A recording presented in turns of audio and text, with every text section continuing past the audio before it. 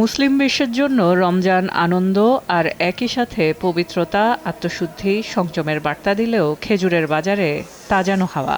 ক্রেতার কাছে এটি এখন ন্যায়পরায়ণতা, অভাব বা সহানুভূতিহীন বাজার। সেপ্টেম্বর থেকে ডিসেম্বর পর্যন্ত 4 মাসে গত বছর যেখানে ৩,১৮৪ মেট্রিক টন খেজুর আমদানি হয়েছে, সেখানে এবার ৯,৩০১ মেট্রিক টন খেজুর আমদানি করেছেন ব্যবসায়ীরা। কিন্তু ক্রেতাদের বাজারের অভিজ্ঞতা অসহনীয়। আগে যেমন একটা বস্তার খেজুর ছিল, বাংলা খেজুর আর কি, যারা সবাই মানুষ খাইতো, ওই খেজুরটা এবছর হচ্ছে 200 টাকা, যেটা আমাদের 185 টাকা 90 টাকা কিনে আনতে হয়। তো ওটা ছিল গেছে বছর ছিল হচ্ছে 150 টাকা। যদি না কমে তাহলে কষ্ট তো আগের মতোই থেকে যাবে এবং কষ্টের কোনো সীমা থাকবে না। বাংলাদেশে এই প্রথম বার্জার 1 কোট ইমালশন, 1 কোটে পারফেকশন।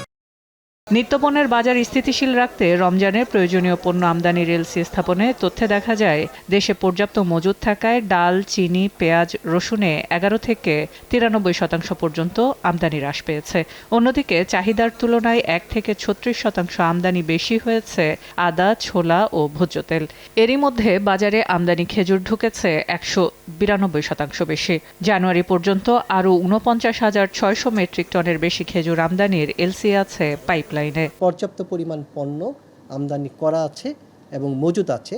এখন মজুদকৃত পণ্যগুলো ডিস্ট্রিবিউশন যদি যারা আমদানি করেছে তারা সঠিকভাবে করে ফেলে, তবে আশা করি কোনো পণ্যের কোনো ঘাটতি থাকবে না। সরকারি দফতরের তথ্য বলছে, ট্রেড অ্যাসোসিয়েশনের অনুরোধে এবার খেজুর আমদানিতে শুল্ক 25% থেকে কমিয়ে 15% করে এনবিআর। অগ্রিম আয়কর 10% থেকে কমিয়ে আনা হয় 3%। আগাম করের 5% পুরোপুরি বাতিল হয়। ফলে বড় ধরনের মওকুফের পরও কৃত্রিম সংকট তৈরি করে বাজার অসহনীয় করলে কঠোর ব্যবস্থা নেওয়ার কথা জানিয়েছে বাণিজ্য মন্ত্রণালয়। সরকারি সদিচ্ছার ব্যাপারটা সিন্ডিকেট যারা করে তারা জেনে গেছে এবং তারা সেই একত্রে থাকলেও সিন্ডিকেটের আচরণটা করবে না, এটা আমরা আশা করি। যদি করে তাহলে সরকার ব্যবস্থা নেবে, যথাযথ ব্যবস্থা নেবে এবং সেটা শক্ত ব্যবস্থা হবে। বাজার মনিটরিং এবার আরও জোরদার হচ্ছে জানিয়ে বাণিজ্য সচিব জানান, প্রশাসন ও আইনশৃঙ্খলা বাহিনীর সমন্বয়ে তৈরি টিম তৎপর থাকবে বাজারে। ক্রেতারা অভিযোগ জানাতে পারবেন প্রতিযোগিতা কমিশন ও ভোক্তা অধিকার সহ দপ্তরগুলোতে। সেলিয়া সুলতানা, সময় সংবাদ, ঢাকা।